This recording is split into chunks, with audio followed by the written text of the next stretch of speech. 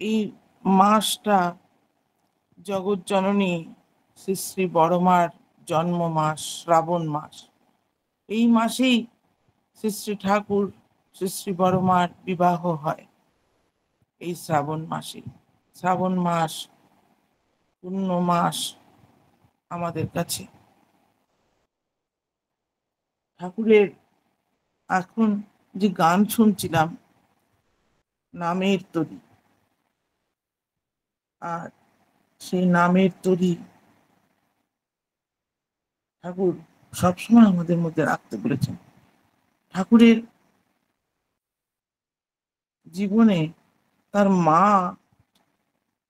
মানে শ্রদ্ধেয় মাতা, শ্রী শ্রী মাতা মনমোহিনী দেবী, সে একজন বিশেষ অনুভব, বিশেষ ছাপ তার জীবনে আছে।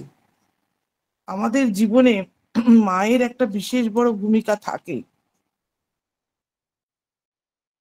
বাবা আমাদের জগতের সাথে পরিচয় করে দেন, কিন্তু জগতের সঙ্গে যুক্ত করেন কিন্তু মা। মা আমাদের সঙ্গে জগতের পরিচয় করিয়ে দেয়। সেই ঠাকুরের মাও ঠাকুরকে এমন জগতের সঙ্গে পরিচয় করিয়ে দিছিলেন একেবারে শিশুকাল থেকে। যখন নাম দিচ্ছেন তখন ঠাকুর বলছেন, মা এ নাম তো আমি আগে থেকেই জানতাম, তোর পেটে থাকতেই আমি এ নাম জপ করতাম। তো ঠাকুরের নাম জপ করা তার ভ্রূণাবস্থার থেকেই। ঠাকুরের ধ্যান করাও মার কাছ থেকে শিখেছিলেন। মা, ঠাকুর জীবনে কখনো কোনো মন্দির করেননি। ঠাকুর একটি মাত্র মায়ের জন্য মন্দির করে দিছিলেন, সেটা হুজুর মহারাজের মন্দির। মা হুজুরের মন্দির থেকে নেমে আসছেন, ঝকঝক করছে মার কপাল।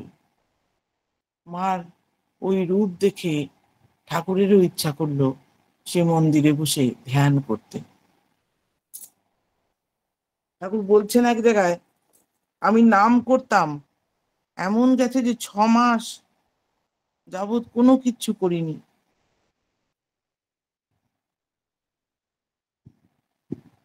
একভাবে নাম করে যাচ্ছি।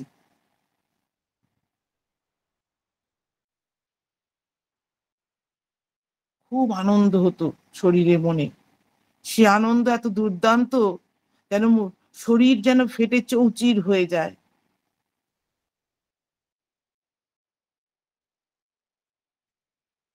এই আনন্দ যেন কিছুতেই কমে না, আনন্দ যেন পাগল করে তোলে। আর এই নাম করেই চলতাম তীব্রভাবে। নাম ধ্যান ভজন না করে যেন পারতামই না। ঠাকুর ছিলেন নামই, নাম স্বরূপ, তবু তিনি নামেই ডুবে থাকতেন। নাম এবং ধ্যান অগ্রগতির সব থেকে বড় গুরুত্বপূর্ণ উপাদান। তবু নরদেহ তার আবির্ভাব এবং অনুগামী বৃন্দকে নামের সারূপ্য বোঝানোর জন্য তিনি অক্লান্ত নাম করে গেছেন। নামের শক্তি, ক্রিয়া, প্রক্রিয়া, পরিণাম, এই বিষয়ে পরবর্তীকালে বহু জনের বহু জিজ্ঞাসার উত্তর দিয়েছেন।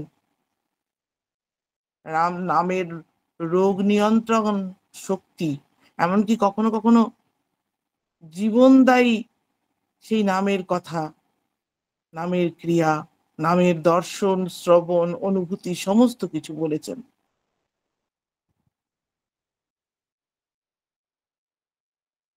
তার জীবনে অনেকবার নামের আশ্চর্য ক্রিয়াও না মাঝে মাঝে বলেছেন।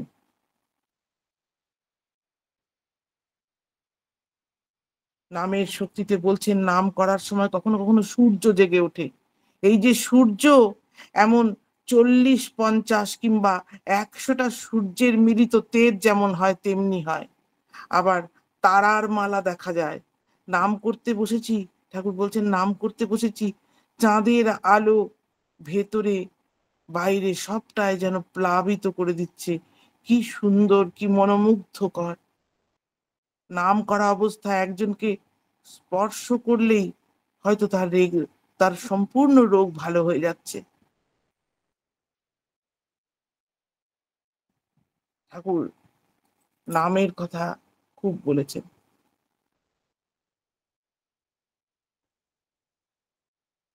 ঠাকুর বলছেন শব্দ জ্যোতির লোভ করো না, নাম করে যাও। নাম বাড়ালে আপনি সব আসবে। আর অনুভূতির প্রলোভন, ব্রহ্মলাভের প্রলোভন, এগুলো থাকলে কিন্তু নাম হয় না। তার প্রতি ভালোবাসা নিয়ে নাম করতে থাকলে নাম হয়। ঠাকুর বলছেন কতবার বিষ্ণু মূর্তি দেখেছি, তার 4 হাতে শঙ্খ চক্র গদা পদ্ম, টানা টানা চোখ, দেহের ভিতর থেকে একটা গোলাপি আভা যেন ঠিকরে বেরোচ্ছে, কর্ণে কুণ্ডল, বীর্যবান স্নেহল মূর্তি, রংটা যেন ঘাসের মতো। আমার আর ঠাকুরের দিকে সেই মূর্তি চেয়ে আছে আর হাসছে। ঠাকুর জিজ্ঞাসা করছেন সেই মূর্তিকে যে আমার কষ্টের সময় তুমি আসবে তো? তখন সেই মূর্তি মধুর হেসে ঘাড় নেড়ে বলছে। ঠাকুরের মাঝে মাঝে কত রকম ঘটনা মনে পড়তো, আর তিনি বলতেন।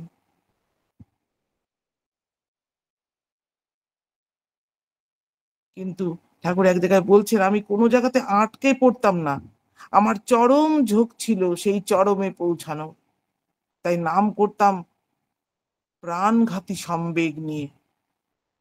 অনুভূতির বর্ণনা যেখানে আছে কথা প্রসঙ্গের 2য় খণ্ড, সেইখানে নাম সম্বন্ধে ঠাকুর সবিস্তার অনেক কিছু বলেছেন।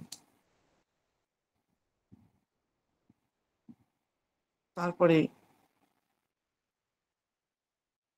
নাম করে কত মানুষকে তিনি বাঁচিয়ে তুলেছেন, কত পোকা মাকড় কীট পতঙ্গকে বাঁচিয়ে তুলেছেন। নাম চিকিৎসালয় করেছিলেন ঠাকুর কুষ্টিয়াতে। 30-32টা বেড ছিল, যেখানে সবাই আশা ছেড়ে দিত যে এই রুগী আর বাঁচবে না। তখন রোগীর মাথায় গায়ে হাত দিয়ে নাম করে তার ভেতরকার ভাইটাল আর্জ বাড়িয়ে দেওয়া হতো। তারপরে তারা আবার সেরে উঠত। এতে এত র্যাপিড এফেক্ট হতো। নাম করলে ভাইব্রেশন হয় ভেতরে, গিয়ে সেটা ধাক্কা লাগে, হিট তৈরি হয়।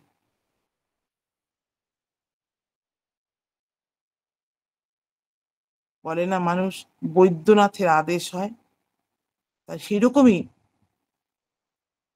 বিড অফ কিউরেটিভ ফোর্স সেখানে কাজ করে। রোগীকে স্পর্শ করে নাম করলে ভাইটাল পুশ পায়। তাই ঠাকুর অনেকবার এই কথাটা বলেছেন যে ডেথ ইজ এ ডিজিজ, মৃত্যু একটা ব্যাধি, এটা ধ্বংস নয়। যদি অর্গানগুলো ঠিক থাকে আর সেটা ধরে যদি নাম করা যায়, তাহলে সে রোগী বেঁচে উঠতে পারে।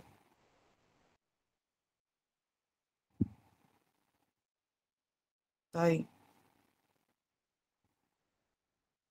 ঠাকুর নামের উপরে বিভিন্নভাবে জোর দিয়েছেন। ঠাকুর ছোটবেলার থেকেই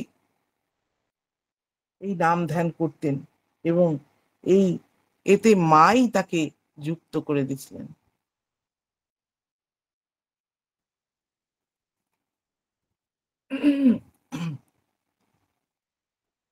ঠাকুরের সেই 58 বছর বয়স পর্যন্ত যে হিমায়তপুরে ছিলেন, সেখানে প্রচুর নাম ধ্যান হতো।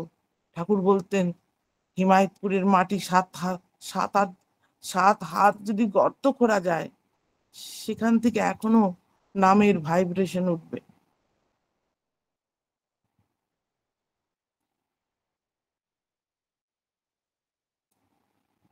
ঠাকুরের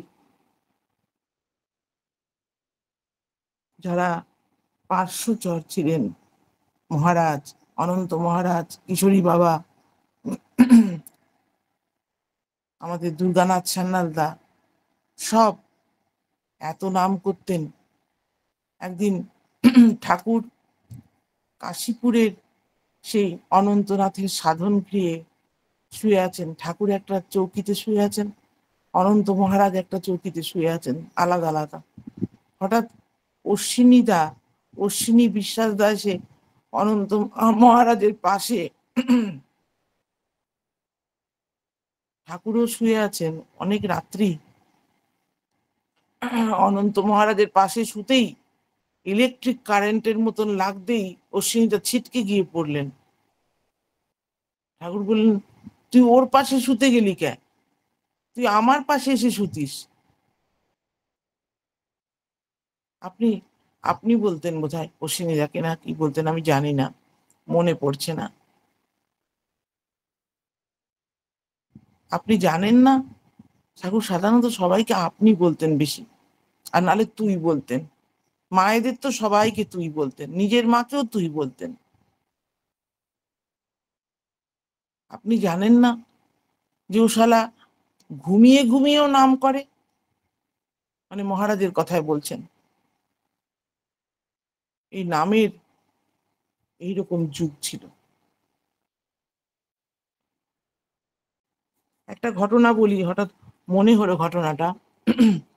ঠাকুরের কাছে তখন শ্রী শ্রী বড় মা আছেন, মা আছেন।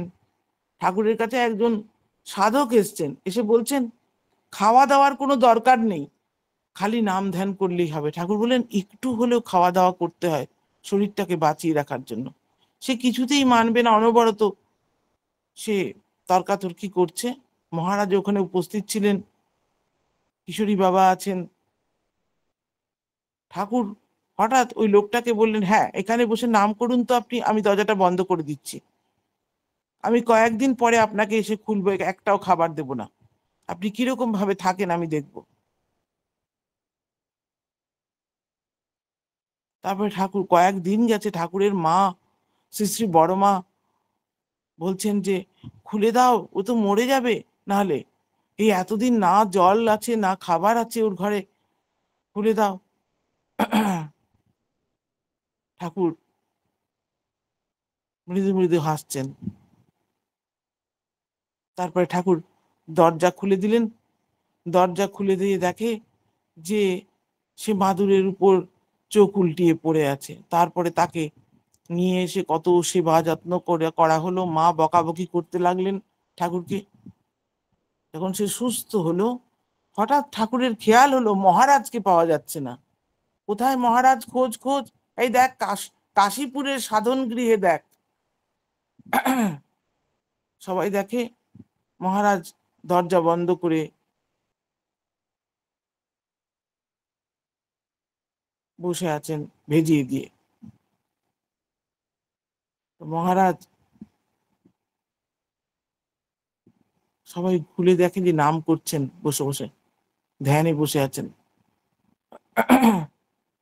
আর পাশে এত লেবুর খোলা।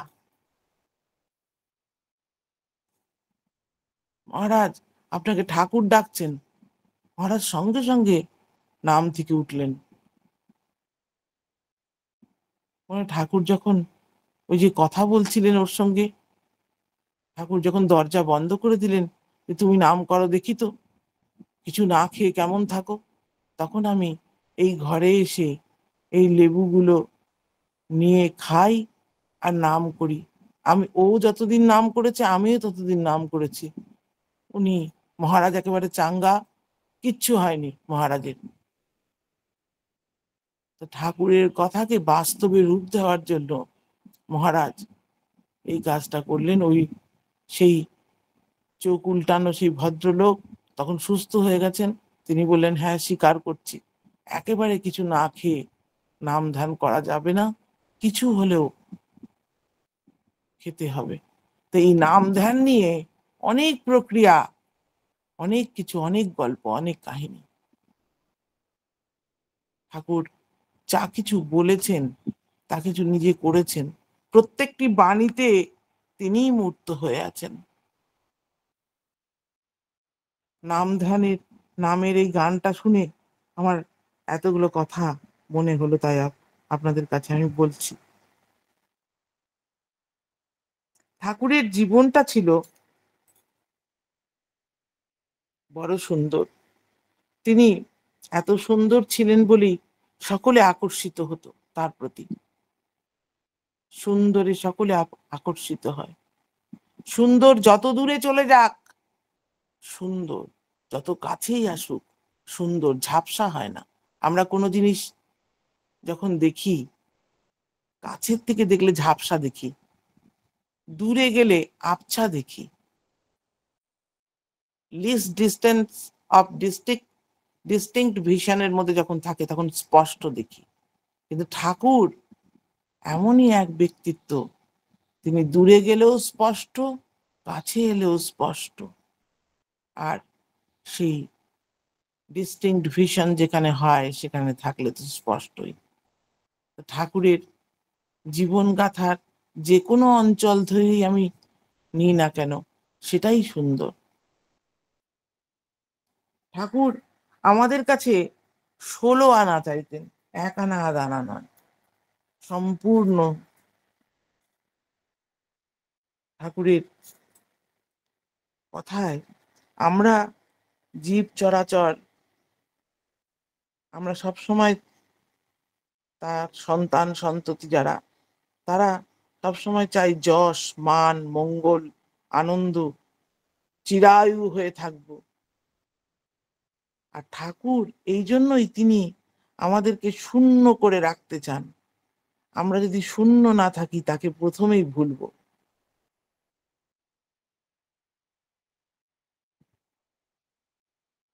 তাই আমরা নিজের স্বাধীন ইচ্ছা লাগিয়ে তার ইচ্ছার বিরুদ্ধে চলতে থাকবো। ঠাকুরের এই বাণীটি প্রকৃতির নিয়মেই শূন্য যাতা ভরে দেওয়া, উজার অবাধ ইষ্টার্থে হ, পদে পদে ফলবে মেওয়া। আমরা যত শূন্য হই তত পূর্ণ হই। ঠাকুর ওই রবীন্দ্রনাথ ঠাকুরের কবিতা মাঝে মাঝে নিজে নিজেই আবৃত্তি করতেন। যে মুহূর্তে পূর্ণ তুমি, সে মুহূর্তে কিছু তব নাই, তাই তুমি পবিত্র সদাই। নদীর উপর, নদীর উপর বলছেন, পূর্ণ হলেই শূন্য হতে হয়, শূন্য হলেই আবার পূর্ণ হয়, তাকে দিয়ে পূর্ণ হয়। ঠাকুরের কিরকম, আমার ঠাকুমা বাড়ির থেকে কয়টা নারকেল দিয়েছে দুর্গাপুজোর সময়, পাবনার গল্প বলছি। ঠাকুর বিজয়া দশমী, ঠাকুমা বললো খুব ভালো সময় নারকেলটা এসছে। তাড়াতাড়ি করে দারোগাদার দোকান থেকে গুড় আনিয়ে আমার বাবাকে দিয়ে গুড় আনালেন। না, আমার বাবা তখনও ছোট্ট শিশু একেবারে, বাবাকে দিয়ে নয়, নিজেই গেলেন। আমার ঠাকুমা খুব লজ্জা পেতেন বেরোতে, বড় ঠাকুমা খুব লাজুক প্রকৃতির ছিলেন, তখনকার দিনের মা তো। দারোগাদার দোকান থেকে নিজেই গেলেন, কখনো যেতেন না, কাউকে দিয়ে আনাতেন। গুড় এনে খুব সুন্দর করে বড় বড় 4টে লাড্ডু করে নারকেলের নাড়ু বানিয়ে শ্রী শ্রী বড়মার কাছে দিয়ে আসলেন ঠাকুর ভোগের জন্য। বাকি নাড়ু অনেকগুলো বানিয়েছেন, ভাবছেন বিজয়া দশমীর দিন কে কখন আসে। হঠাৎ দেখেন ঠাকুর জানলার কাছে।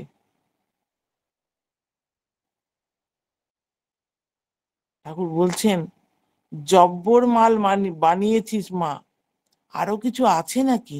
বলেই ঠাকুর দরজার কাছে, দে তো। ঠাকুর তখন ওই চাটাই পাতা ছিল ঘরে, সেই চাটাইয়ের উপরে ঠাকুমা বলছে আমার কি খারাপ লাগলো, চাটাইটা ঝাড়িও নি, টক করে এসে বসে পড়েছেন। ঠাকুরের তখন বয়স কম, পাতলা চেহারা। মাটির মেঝে ভালো করে পরিষ্কার করে পুছে ঠাকুমা বাটি করে বাকি যত নাড়ু ছিলেন ঠাকুর সব চেয়ে চেয়ে চেয়ে চেয়ে সব খেয়ে নিলেন।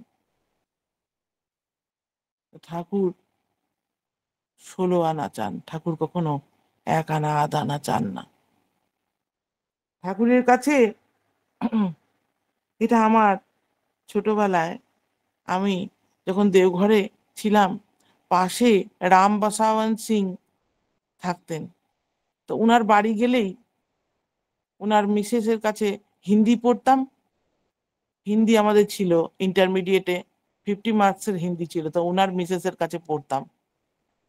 আর তখন আসতেন, কাকাও অনেক সময় পড়াতেন, ওনাকে কাকা বলতাম, ওনার মিসেসকে কাকিমা বলতাম। ওনার ছেলে এখন আছে প্রীতম সিং, আমাদের ধৃতিমান সিং প্রীতম।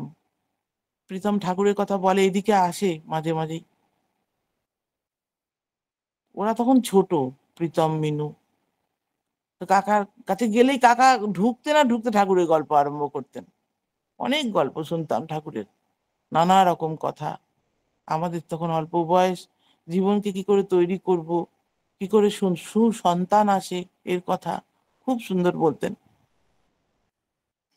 তো কাকার কাছে যখন যেতাম, তো কাকা একদিন বললেন যে তুমি আমার কটা হিন্দিতে লেখা আছে বাংলায় অনুবাদ করে দেবে, আমি একটু আলোচনায় দেব। আমরা হ্যাঁ। তো উনি হিন্দিতে বলে যেতেন, আমি বাংলায় ওটা তর্জমা করে লিখতাম। সেই একটা ঘটনা খুব মনে ধরেছিল, যে ঠাকুরের কাছে উনি তখন আছেন। উনি 53 সালে দীক্ষা নেন, মানে দেওঘরে এসে।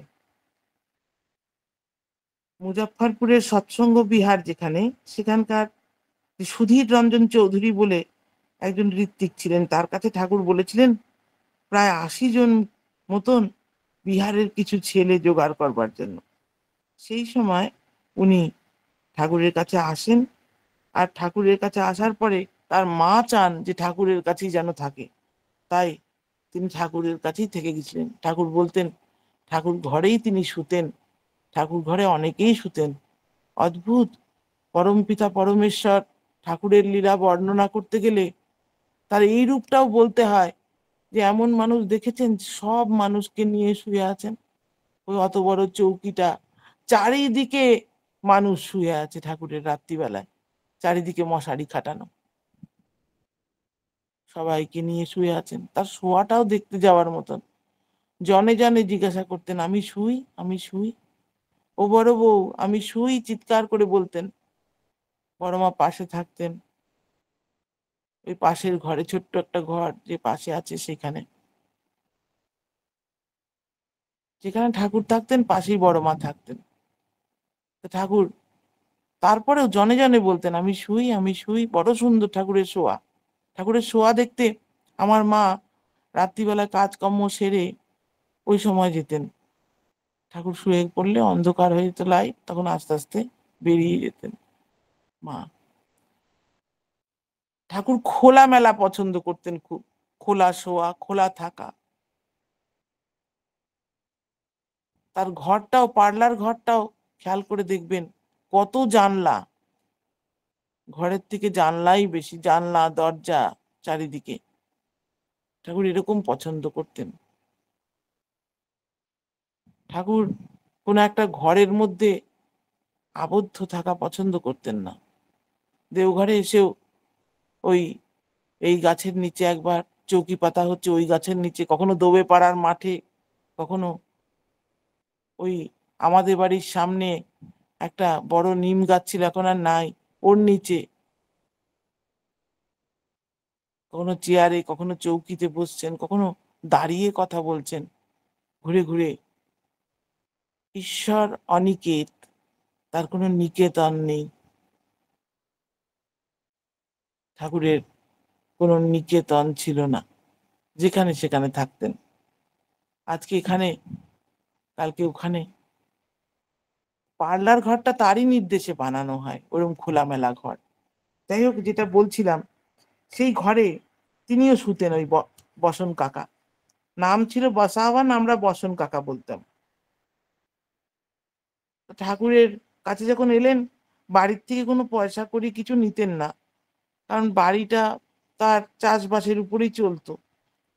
ঠাকুরের কাছেই থাকতেন, দুই বেলা আনন্দবাজারে খেতেন, আর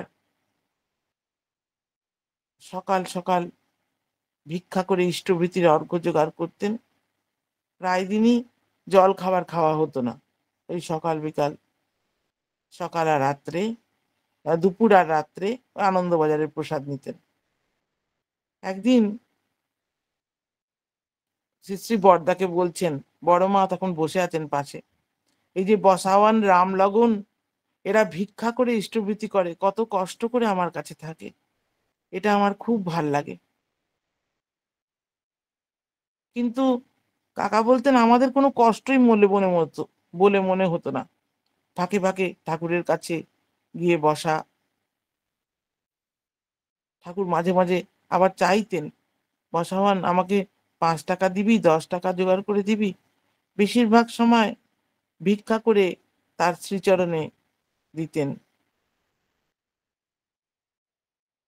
তা এই 1963 সালে সেবার নববর্ষ উৎসব। তো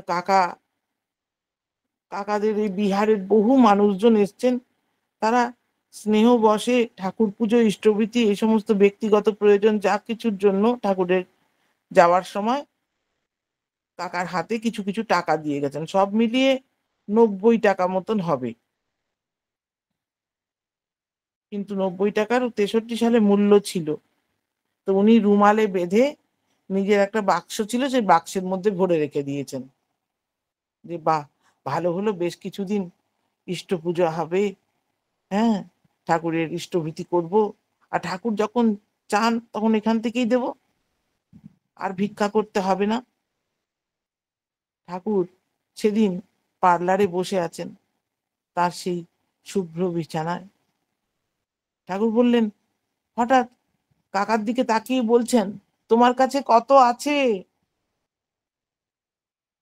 তখন উনার এই ঠাকুরের এই প্রশ্নটা যেন মনে কেমন বাঁধলো। এর আগেও তো ঠাকুর চেয়েছেন, 10 টাকা দাও, 20 টাকা জোগাড় করে দিবি, 25 টাকা জোগাড় করে দিবি, এটা বলেছেন। কিন্তু তোমার কাছে কত আছে, এটা কখনো বলেননি। তাই কাকা অবাক হয়ে তাকে জিজ্ঞাসা করেই বসলো, আপনার কত লাগবে? ঠাকুর আবার আগের মতনই বলছেন, তোমার কাছে কত আছে? আর কাকা আবার বলছেন, আপনার কত লাগবে? আবার ঠাকুর জিজ্ঞাসা করছেন, তোমার কাছে কত আছে? আর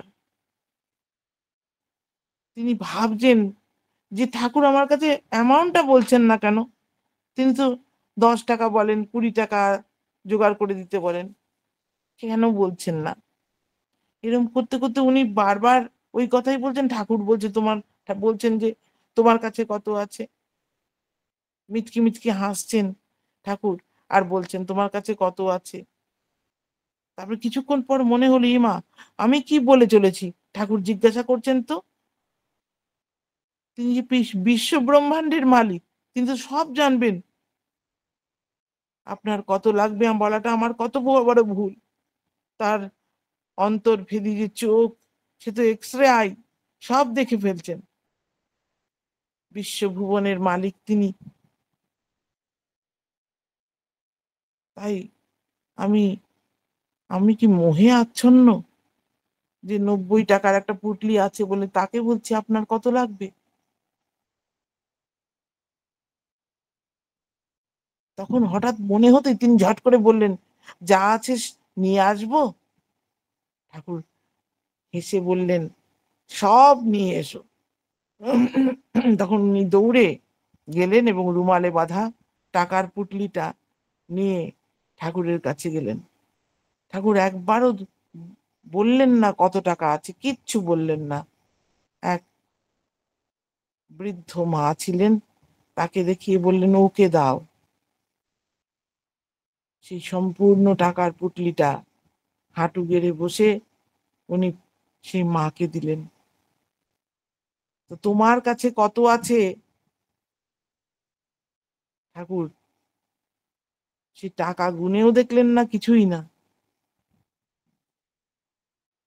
তিনি সেই মোহের পুটলি শূন্য করে দিয়ে, একেবারে নিঃস্ব করে দিয়ে পরম দয়াল চিরকালের জন্য ভরপুর করে দিলেন, ধন্য করে দিলেন এই ক্ষুদ্র জীবন। তখন তাই ঈশ্বর আমাদেরকে সর্বদা শূন্য করে দিতে চান, যাতে করে আমাদের ভিতরে সবকিছু ঢেলে দিতে যেন কোনো রকম কুণ্ঠা না হয়। আমরা যেন সব সময় বৈকুণ্ঠে বাস করতে পারি। যেখানে কুণ্ঠা নাই সেটাই বৈকুণ্ঠ। কুণ্ঠা থাকলে বৈকুণ্ঠে বাস করা যায় না। তাই তার শ্রীমুখ নিঃসৃত বাণীতে তিনি বলেছেন, তুমি তার জন্য যদি সমস্ত হারাও, সার্থক উৎফুল্ল উদ্দীপনায় জীবন্ত করে তাকে চরিত্রে রকম বেরকমে শতগুণে তা পাবে। আর নিজের ভোগ ইন্ধনে যদি ওই করো, রকম বেরকমে তা যাবে একটা ফাঁকা নিরর্থক ব্যর্থতায়, বেদনাদায়ক সান্ত্বনাবিহীন আফসোসে। তাই পরমপিতা তিনি তার শ্রীপাদপদ্মে আমার সব যা কিছু ঢেলে দিতে যেন পশ্চাৎপদ না হই, কুণ্ঠাবোধ করে বৈকুণ্ঠ থেকে বিচ্যুত না হই। তাকে হৃদয় আসনে বসিয়ে জন্ম জন্মান্তরে জগৎ সংসারে সমস্ত ঐশ্বর্য হতে যেন রিক্ত না হই। জয় গুরু, জয় গুরু।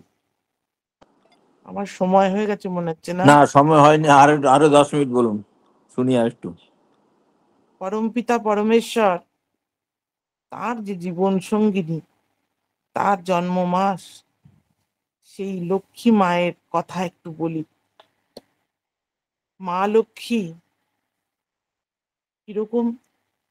স্কন্দ পুরাণে আছে লক্ষ্মীর উক্তি, যে সকল স্ত্রী গুণভক্তি যুক্তা, পতির আজ্ঞানুবর্তিনী, সদা সন্তুষ্টা, ধীরা, প্রিয়বাদিনী, সৌভাগ্যযুক্ত, লাবণ্যময়ী, সুশীলা, এইসব গুণে ভরা স্ত্রী যে, তার মধ্যে আমি বিরাজ করি। তা বড় মা, শ্রী শ্রী বড় মা, জগৎ জননী শ্রী শ্রী বড় মা, তার ভিতরে এই গুণগুলো ভরা ছিল। তাই তিনি লক্ষ্মী, তাই তিনি সকলের ঘরে ঘরে পূজিতা লক্ষ্মী রূপে। ঠাকুর লক্ষ্মীর বীজ মন্ত্রের মধ্যে আছে শ্রীং, অর্থাৎ তিনি শ্রী স্বরূপিণী। তাই যে মানুষ বা যে সংসারে অনাচার কদাচার ব্যভিচার দাপটে রাজত্ব করে, সেই সংসারে অচিরেই শ্রীহীন হয়ে পড়ে। যেখানে হীন স্বার্থ, অর্থ লোভ, ঝগড়াঝাটি, খিটমিটি, অপরকে সহ্য করতে না পারা, স্বেচ্ছাচারী চলন, গুরুজনকে অশ্রদ্ধা করা, অহংমত্ত হয়ে থাকা, অপরকে দাবিয়ে রাখার বুদ্ধি, অভিমান করা, সেখানে শ্রী থাকে না। ওইসব যাদের অন্তর সম্পদ, তাদের মন সবসময় কুৎসিত হয়ে পড়ে। সেখানটা, সেই জায়গাটা শ্রীহীন হয়ে যায়। পরমপিতা পরমেশ্বর ঠাকুর আমার সবসময় কোনো দেবতাকে আমাদের কাছে শুধু মন্দিরের প্রতিমা মাত্র করে রাখতে দেননি, দেবতার ভাবমূর্তিকে তিনি আমাদের জীবনে জীবন্ত করে তোলবার কথা বলেছেন। তার কাছে দেবতা অপরিচিত দূরের কোনো সত্তা নয়, তিনি ঘরের মানুষ। দেবতারও ইচ্ছা আছে, অনিচ্ছা আছে, পছন্দ আছে, অপছন্দ আছে। তাকে পূজা করা মানে হলো তার ইচ্ছা বুঝে এবং জেনে সেই রকম চলা। লক্ষ্মী পূজা মানেও লক্ষ্মী যাতে প্রীত হন সেইভাবে চলা। তাই ঠাকুর সব মায়েদেরকেই লক্ষ্মী পূজা করে ব্যক্তিগতভাবে তারা এক একটা লক্ষ্মী হয়ে উঠুক তাই চেয়েছিলেন। শুধু শুধু মুখে মুখে বললাম লক্ষ্মী স্তং সর্বভূতানাম বলে মন্ত্র পাঠ করলে হবে না, মন্ত্রের অর্থগুলোকে বুঝতে হবে। তাই তিনি সবসময় অর্থ বুঝবার জন্য তিনি সবসময় ধাতু দেখতেন। লক্ষ ধাতুর থেকে লক্ষ্মী কথা এসছে। অঙ্কন, চিহ্নিতকরণ, জ্ঞান, দর্শন এগুলো আছে লক্ষ্মী কথার মধ্যে। সমস্ত কিছু বলে তিনি বলেছিলেন যে লক্ষ্মীর গুণের মধ্যে যিনি দেখেন, আলোচনা করেন, গুণাগুণ বিচার করে যেখানে যেটি যেমন ভাবে প্রযোজ্য তাকে বসাতে পারে, তার ভিতরে এই লক্ষ্মী গুণগুলো আসে। আর মানুষ সম্বল যার যত বেশি সে তত বড় ঐশ্বর্যশালী। মানুষের জীবনের পথ যিনি দেখান তিনি নারায়ণ। তাই মানুষের সেবাতেই নারায়ণের সেবা হয়। সেই নারায়ণকে যেখানে অগ্রাহ্য করা হয়, সতী স্ত্রী লক্ষ্মী সেখানে থাকতে পারে না। আর লক্ষ্মী যেখানে নাই সেই জায়গাও শ্রীহীন হয়ে পড়ে।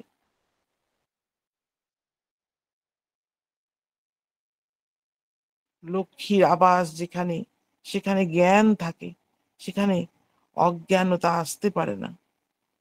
একদিন একটা মা সংসারের কাজকর্ম সেরেছে, ঠাকুরের কাছে দাঁড়িয়েছে, ঠাকুরকে একটু দর্শন করবে তার উদ্দেশ্য।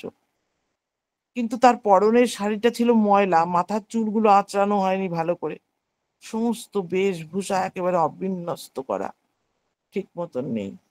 ঠাকুর একটু সচেতন করে দিয়ে মাটিকে বললেন, তোরা সবসময় পরিষ্কার পরিচ্ছন্ন থাকবি, সদাচারে চলবি, তবেই না সংসারে লক্ষ্মীশ্রী আসবে। তোদের অনেককে দেখি চুলটা ভালো করে আঁচড়াস না, সিঁথিতে সিঁদুরটা ঠিক মতন পরিস না, কপালে সিঁদুরটা টিপটা ভালো করে লাগাস না, অগোছালো চলনায় চলিস।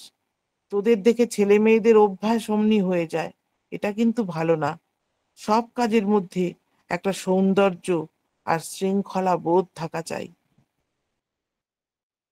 তাহলে দেখা যাচ্ছে শরীরে, মনে, বাক্যে, আচারে, ব্যবহারে, গৃহস্থালির কাজকর্ম সবকিছুতে যদি পবিত্রতা পরিচ্ছন্নতা না থাকে, সেখানে কিন্তু লক্ষ্মী অচলা হয়ে যায়।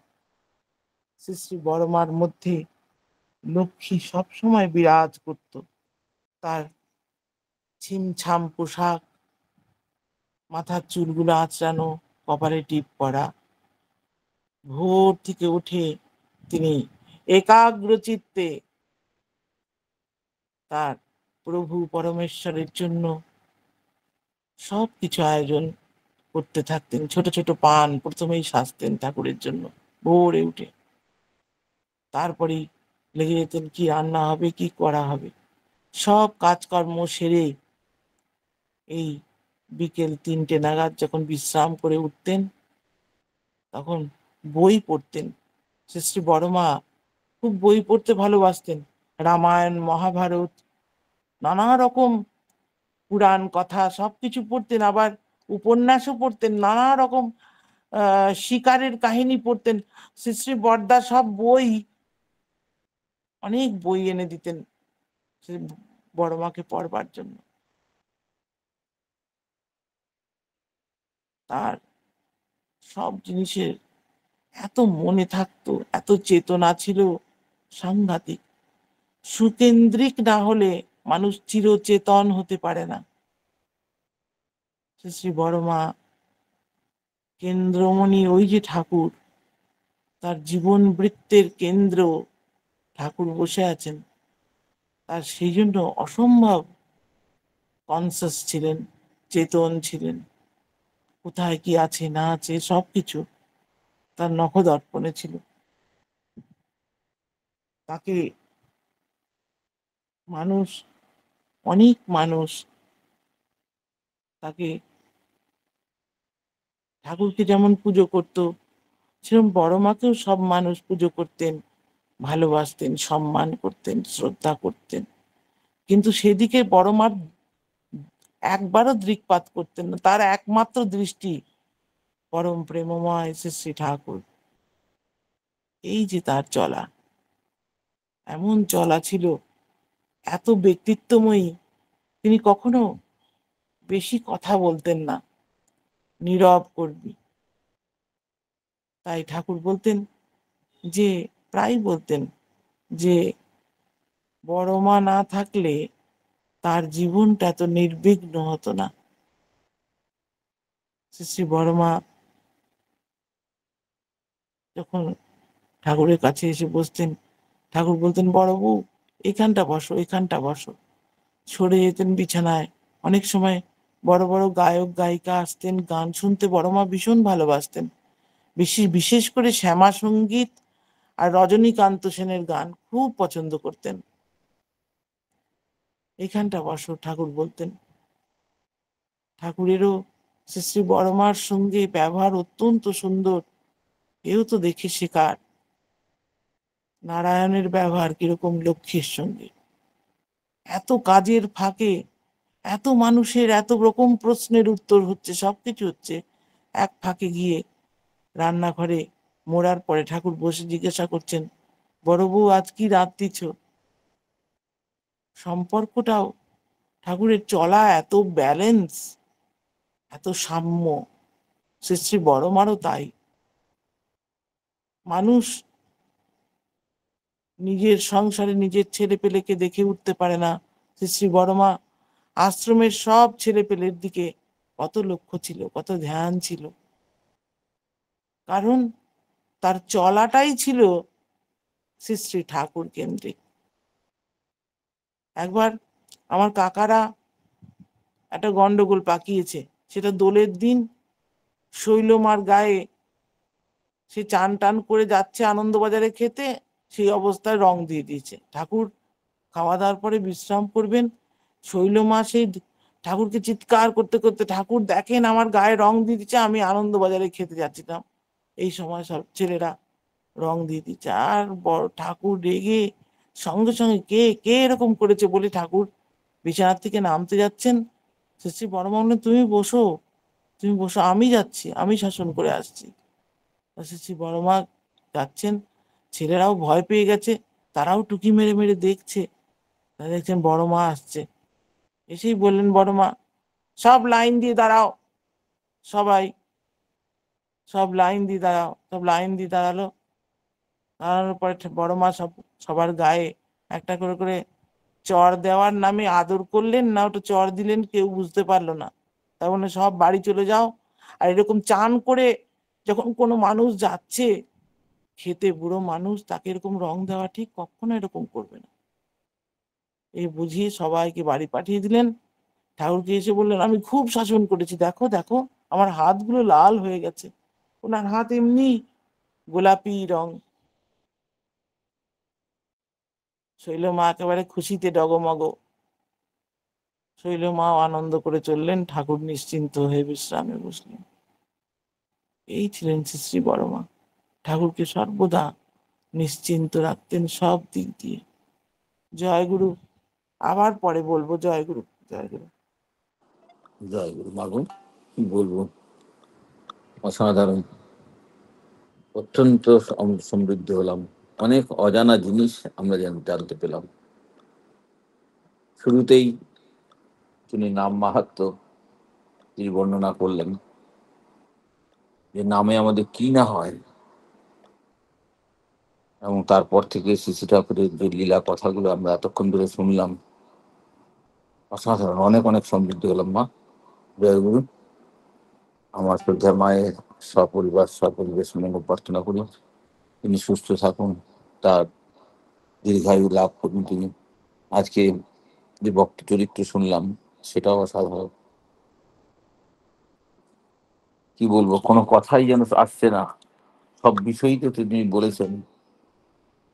আত্মসমর্পণ, নামের উপর ভরসা, নামকে আশ্রয় করে থাকা, এবং সর্বোপরি যে তার সিপাত পথে নিজেকে নিবদ্ধ করে অবলম্বন করা, আত্মসমর্পণ করা, সে কথাও তিনি বললেন। সবটাই যেন তিনি তুলে ধরলেন।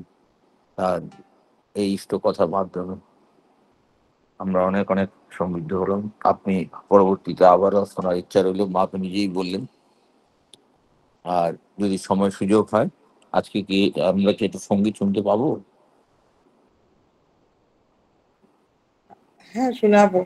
আচ্ছা, আমরা ধ্বনি প্রতিধ্বনি হয়ে যাব, তারপরে আমরা শুনবো। মায়ের সঙ্গীত মানেই মানে দুষ্প্রাপ্য, যেটা নাকি ইউটিউবেও পাবো না, কোথাও পাবো না, সেই সব সঙ্গীত।